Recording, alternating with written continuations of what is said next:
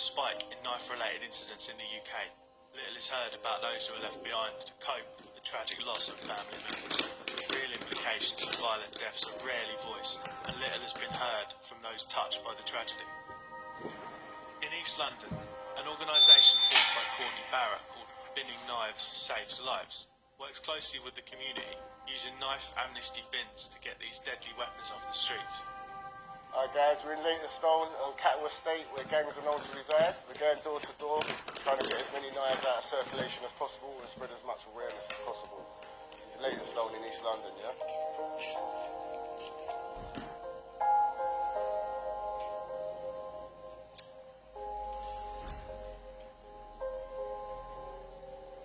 Last week, for example, we was out for 4 hours, we collected 61 knives. And the week before, we was out for 4 hours, we collected 102 knives. I think everyone should feel less safe at the moment. We're living in a very unsafe environment and a society now. There's all kinds of people carrying weapons. The media highlight the use when it comes to crime and knife crime, but the facts are most knife crimes committed by over 18-year-olds. When the police do a knife arch outside a train station, for example, you wouldn't believe the people that are carrying knives. We need more police officers. The few police that you see around can only do so much. It's part of the reason why we've got to this stage in our society. We definitely need more police. As you can see on my t-shirt, more police, less knives. Critics say cutbacks in police numbers have left many neighbourhoods at risk.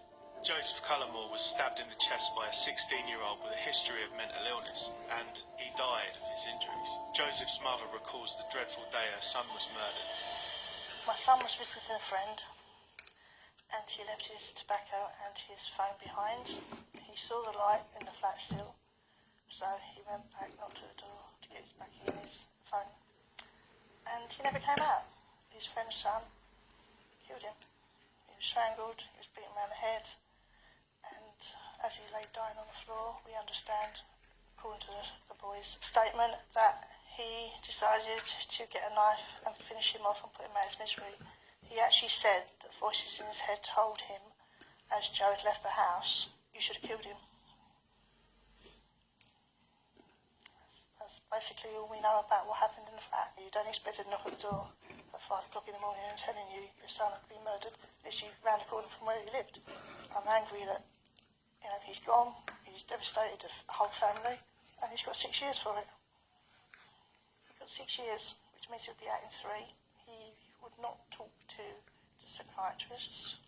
He was in a high security mental hospital for 9 months, and then obviously because the judge had no proof that he had any mental health issues, he sent him to the young offenders thing, and it was assessed that he'd come back to high to medium risk to do it again, and I'm sure he will, because he was so cold and callous about the whole situation.